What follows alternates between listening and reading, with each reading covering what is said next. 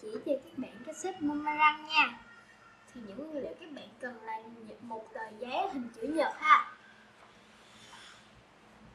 một cái băng keo và một cái kéo.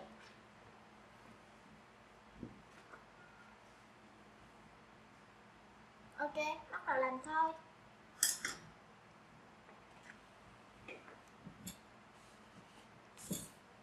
Đầu tiên các bạn sẽ gấp đôi nó lại.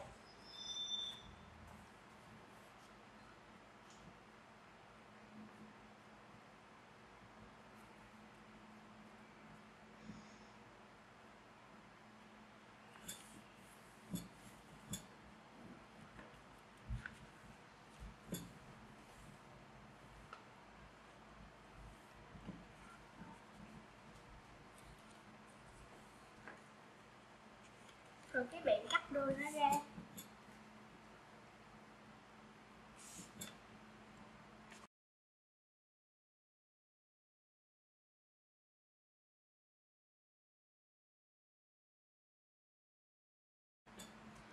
Rồi các bạn cắt đôi nó lại.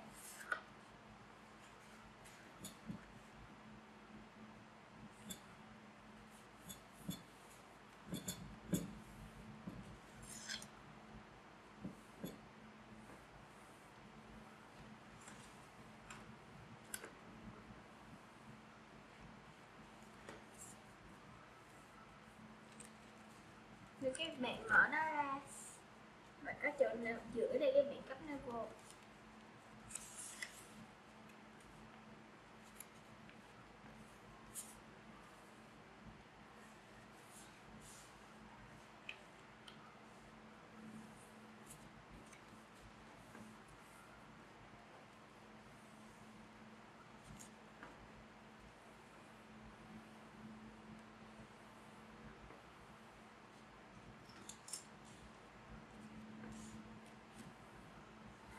Bên này các bạn cũng cắt nó vào luôn.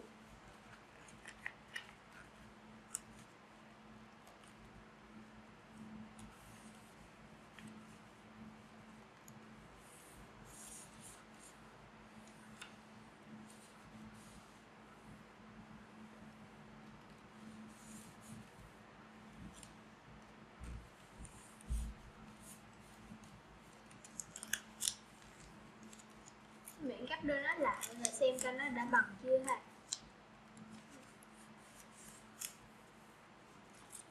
Chưa bằng các bạn đi sát để mình kéo nó xuống.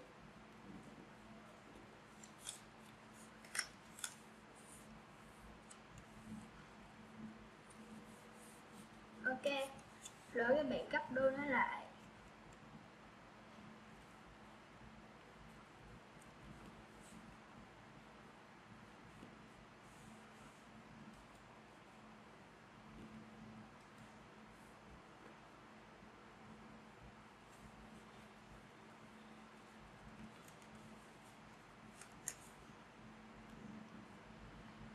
Rồi, ở đâu mà không mở đườngให้các bạn ở đây. Các bạn gấp nó vô.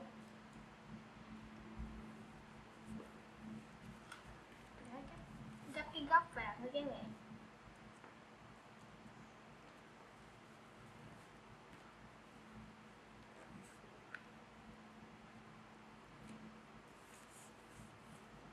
Bên này cũng vậy, các bạn cũng gấp nó vào.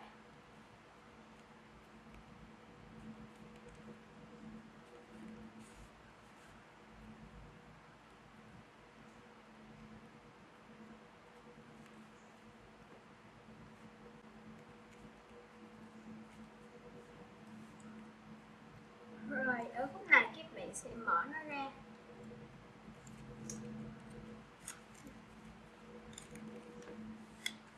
Đây, bạn mở nó ra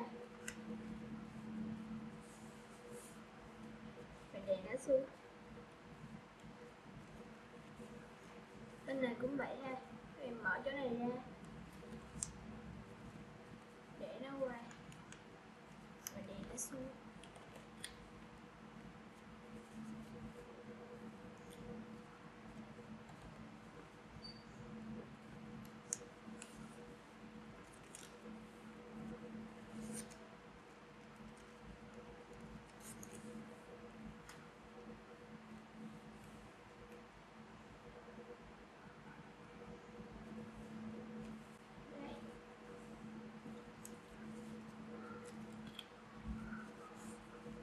làm lại cho các bạn xem nha.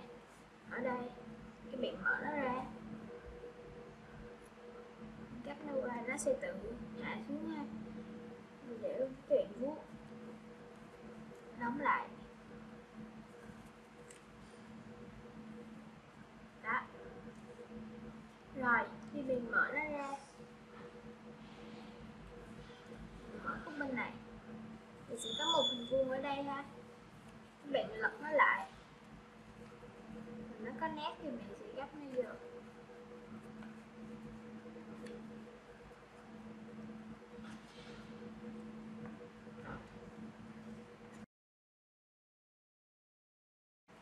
Này.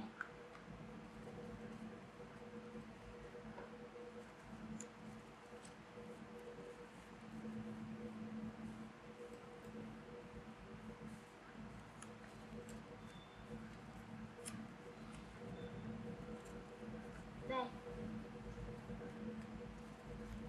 Rồi như thế này cái bạn mở ra, lật qua đằng sau và có nhiều cái nét này dễ theo. Phải cắt nó rồi, đóng lại.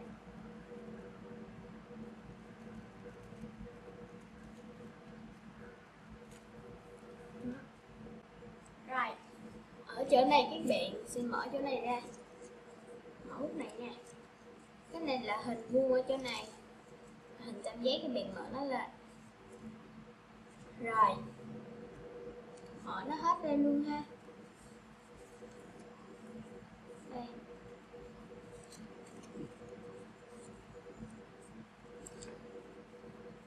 Rồi các bạn đè nó xuống, ở chỗ này các bạn đè nó xuống ha.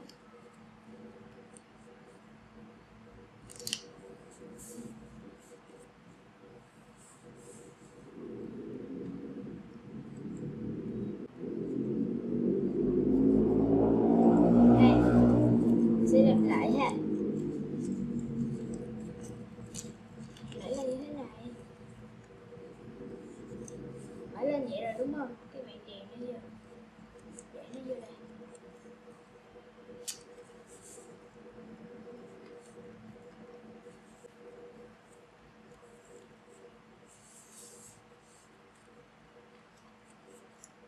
Rồi ở chỗ này các bạn mở lên,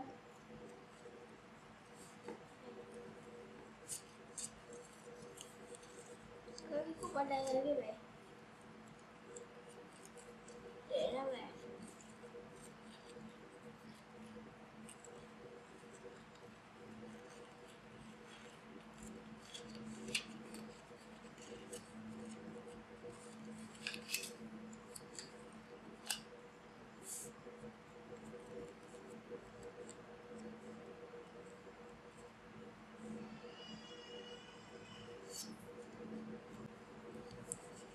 Đây mình sẽ làm lại cho các bạn nha, chỗ này hơi khó một xíu.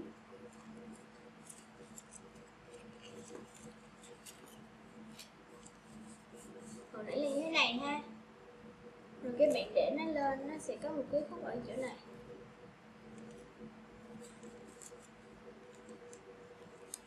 Đây. Mở khúc này ra, nhét chỗ này vào, và chỗ này các bạn để vô trong ha. Ở một bên này thôi ha.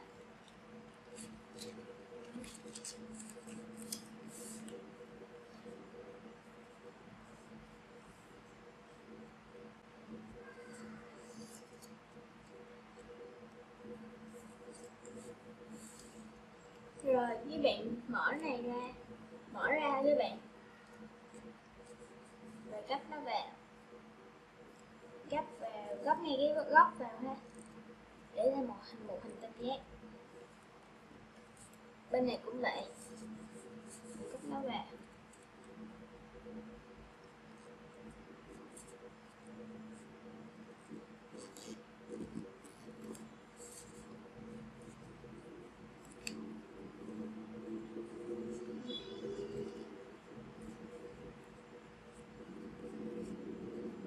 Rồi các bạn mở nó ra,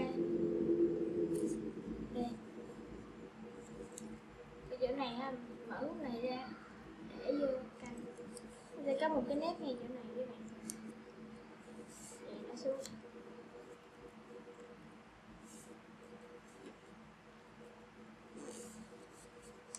để nó lên, rồi mở hút này ra ha, rồi gấp nó vào, gấp rồi lại, nhét nó vô cái chỗ hở này.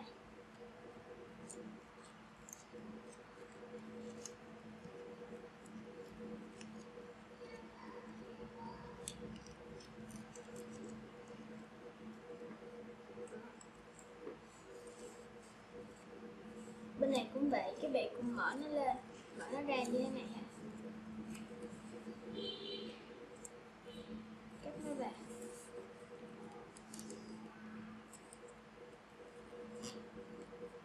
Bên này sẽ dày hơn ha các bạn, giấy bên này sẽ dày hơn, cái bạn sẽ mở này ra,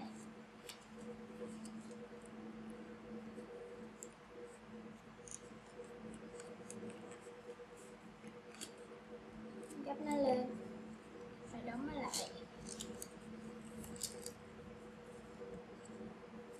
mở chỗ này ra bạn nhét nó vào ha.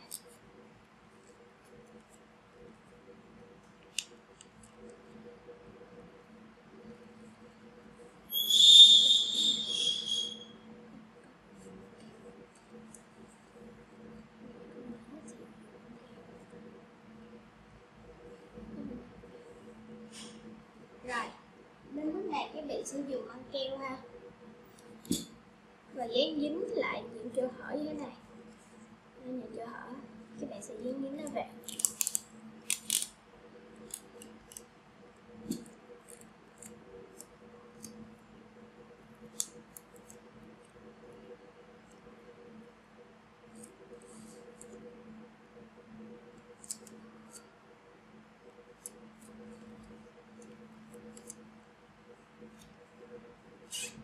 Dán nó vào ha, chỗ này các bạn cũng dán vào luôn.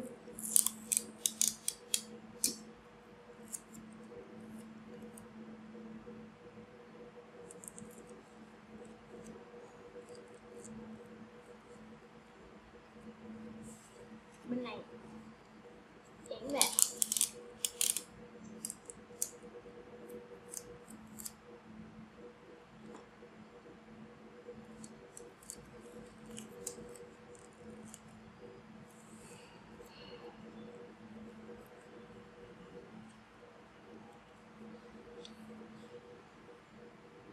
Xong ha quý vị.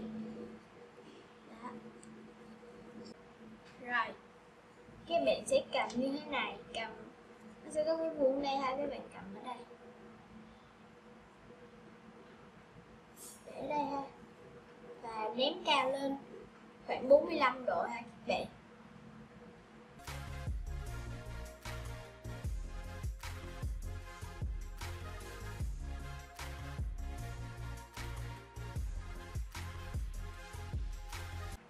Cảm ơn các bạn đã xem video của mình. Đừng quên like, share và subscribe trên kênh PA Channel. Xin chào và hẹn gặp lại.